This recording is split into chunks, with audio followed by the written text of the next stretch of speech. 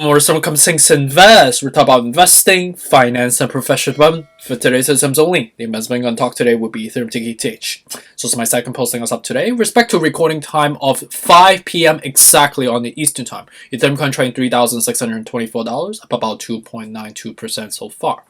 Respect to the news front on the recent time frame in the last 6 hours so far, I'll say the news are relatively, more of a neutral side of the house. It's kind of more regurgitating recurring news, talk about what's been occurring so far. But in terms of like foreshadow perspective, there isn't anything specific, which we'll dive into a little bit. So you can see across this board right now on Bitcoin currently down about 1.23%. Seems like the technical is coming true. Per our technical analysis that we know that we have been overstretched and being overbought when we were hitting that 74 out of 70 mark. At the same time, on the MACD front, we were slowly forming a curvature at the peak. Curving back down. Seems like, the rocket is coming down from the moon as we speak, which we'll dive into a technical in a bit. Ethereum is currently still sustaining the bullishness right now. Dogecoin up about 2%. Cardano still incurring the surge. Per our technical analysis, that Cardano is having that lag effect in the altcoin side of the house. While Solana is up about 1.09%, while XRP currently up about 0.37%. While in polkadot, we saw a flash crash that happened earlier today. I believe polkadot was actually down about 45% at one point. I just checked recently. We were flashed down all the way to $15.98 level and then subsequently went back up. I'm not sure what happened there. I think that was probably a technical error, but that was something that I just experienced just now, which was relatively interesting. Seems like there was some manipulations that got caught into the system. Something that I don't see anything specifically on the news front that's talking about this at the moment. So maybe it's a technical error, but feel free to correct me if you saw that as well. It was definitely very extreme. Down about 46.73% at one point. So with respect to the news front on Ethereum, on MarketWatch 2 hours ago, talk about where's crypto headed after Bitcoin recent rally. It seems like they're already talking about Bitcoin is selling off from the rally already. This is a little bit too premature. We have to take a look at the technicals to see what they're really specifically talking about. So that's more just saying that we sell off by 1.25%. That doesn't mean that we're selling off. The rally will continue if we are in a bull cycle, right? Which is not something that is confirmatory yet. So for them to be saying that might be a little premature again, right? The next one is on Cointelegraph 4 hours ago. We'll talk about Ethereum price option. All $250 million in bearish bet for Friday are underwater. So obviously people have been relatively bearish on Ethereum, buying options that expires on this Friday coming up on the 8th of October. So it seems like the $250 million is going to be basically washed down the drain if the contract executes, tomorrow. So $250 million will be under the water. So it seems like, the bullishness is still incurring despite how unobvious it looks like at the moment. Which, again, the technical will tell us the truth always, right? The risk is definitely increasing. We have the 62 out of 70. And on top of the fact that MACD is relatively dragged up at the moment, despite the recent golden cross, but the leap up we have to technically go to be 3,850, which will be the next level of platform that we have to go to, which technically means that we're still hovering, levitating in air at the moment, right? And the next one, talk about on Bazinga 5 hours ago, talk about Ethereum-based leverage trading protocol, DYDX, surpasses daily volume on Coinbase and Uniswap. So it seems like there's a lot of leveraged purchases. People are using debt basically to buy Ethereum, to buy options or to buy a whole Ethereum if you may, on the Coinbase and the Uniswap app. So risky, definitely risky, but if you know exactly what you're doing on a technical front, while at the same time know how to risk mitigate with the right debt level, it's all game, right? But it's definitely more of an advanced sports out of if you talk about in an athletic perspective, right? And next one is talk about MarketWatch 7 hours ago. More than 60 non-for-profits urges Congress to consider crypto mining's environmental damage when making rules. So this is something that collectively a lot of not-for-profit are cultivating the environmental ESG initiatives. So it seems like us Congress or the U.S. government is formalizing this infrastructure, regulatory infrastructure, if you may. There will be some opportunity for this to be further emphasized. With the initialization from these 60 not-for-profit. And next one is talk about with respect to Bazinga 7 hours ago. Talk about Mike Novogratz expects a parabolic move in Bitcoin and Ethereum. So this is basically Mike's analysis on Bazinga. Talk about when is the rally going to be continuing, right? Per our technical analysis, if we're going to continue a market cycle, we should technically be rallying, by next year at this time, we should technically be above all-time high for Ethereum to hit about $10,000 if the momentum, continues.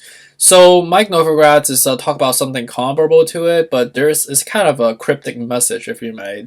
There isn't really anything specific, even though it says so. So something you could read it, but I don't know how reliable or substantive is this article, to be honest with you. And then the last one is really coming up from the crypt 8 hours ago. We'll talk about Robinhood rival, a competitor, if you may, called Public, adds crypto including Bitcoin, Ethereum, and Dogecoin, and several other cryptocurrencies as well onto the platform. So nothing substantive that drives any volatility into the market. So let's dive straight into the technical real right now, right? Per our technical analysis, we know that the current level is not sustainable. We are leaping to the ideal next level, 3,856. So technically, we still have about like $200 to leap up to. So we know that tomorrow's a Friday with the option expiry, right? So contingent on how the option is going to be shaken out or how the people are going to be adjusting their contracts on expirations as well. We might see some volatility, but overall, we are still overbought in all levels, so the risk is definitely increasing. So definitely do not hold your breath, and maybe buying now would not be the most ideal level as well in the risk mitigation perspective. So again, right, 3,150, 2,750, 2,450 are still the level to dollar cost average ideally. Right now, Bitcoin is covering down. We are still overbought despite selling off a little bit from the 55,768. So right now we are curving down. Whatever goes up really, really fast comes down just as fast. So we have to wait until the confirmation from the MACD if there's a cross section, not a cross section, a curve down, which I see is already forming. With the RSI which follows, obviously, we will deplete a little bit more. And I think the ideal next level to get down to will be the 48. But obviously, the 50 is going to be critical. If we break 50, we'll definitely go to 48, and then ideally 43, right? So something to be mindful of. Right now, it's not an ideal level to buy. We're at 71 right now, out of 70, right? Dogecoin at the moment right now is still leaping, but like it's 56 out of 70, so it's not ideal. It's not like not terrible in comparison to like Bitcoin, but we are still in the I think the apex was already formed recently as we hit that 27. We came back down because of lack of support, and next level you technically have to get to like the 30, right? So if you couldn't get to the 30, you basically bounce to the next comfort zone, and right now we're basically at the comfort zone. And we have a large gap here as well. So I think technically we will need to come down a little bit more and come back ideally to 21 and ideally at the 20 cents, which again, right, Dogecoin 20 cents was the dip, right? Cardano is having the lag effects, and I think there's still more room for us to run up to. The next level that we got to was the 2037, which we got to exactly where we put out technical and our prediction. But by then, we should technically leap up to the next level, which is the 2059. So technically, you have 30 cents to run up to, because of the fact that you still have some room to run. On top of the fact we just recently crossed as well. So there's a lag effects on Cardano definitely. Solana definitely bearish. We are forming a cross section right now. We're at the 55, so more sell off coming. I think the first level would test to be the 130, 129. and then the 112, and then ideally to the 94 and 66 if you may. XRP, we struggle around the 110. We're basically at 107 because of the consolidation with the 107, with the 55 right now. So we're forming a curvature. I think the apex was formed recently as we test the 110 or 111 in the recent time frame. I think the last 24 hours. So ideally, coming back down to $1 will be the dip. 93 and 88 are still in play per the technicals. Polkadot, definitely a flash crash. You could see I'm not crazy, right? We saw that. This is definitely well manipulations. I don't know what the hell just happened, but this is very scary stuff, right? You saw that your basically your life savings if you bought a lot of Polkadot was half gone in the blink of 5-10 minutes, right? And right now we are, come back to life basically. We at the 60 out of 70. We're forming a curvature. So in terms of Polkadot, is still bullish, like semi-bullish, right? And the next level ideally will be to retest back to the $39 per technical. But this is definitely very fishy stuff, man. Polkadot is very scary. We saw that flash crash down by 47% in 5 minutes. That's insane, right? So Polkadot is definitely fishy. Something fishy going on. I don't really recommend it, to be honest. There's some well manipulation that's in play right now. So with respect to the psychology, we are within the anger stage. It doesn't look obvious, I get that. But if you compare it, it will look like it. And I think we need to incur the depression stage as well before we could continue the hope, optimism, and then continue to rally from here, right? Ideally, we want to be at the depression stage right now. We want this to be in the depression stage, right? Because for us, if we are already in complacency, that means we see more sell-off coming. Then how are we going to test the all-time high all over again? Right, you know what I'm trying to say? So if right now is really the depression stage, which I believe it is, or the anger stage, that's something we appreciate because that means more greenish power is coming.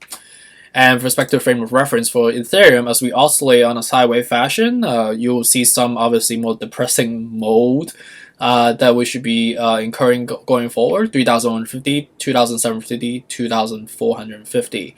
And next 12 months should technically be all-time high all over again, right? As the continuations of the market cycles and the rally. So hopefully this is helpful. Apologies for posting a little bit later than usual. I just came back from Manhattan, the city, to back into where I live right now. But really appreciate you for your support and your comments on a daily basis. And let me know if you have any comments or any questions as well. And stay tuned for us to come up. Take care. Bye.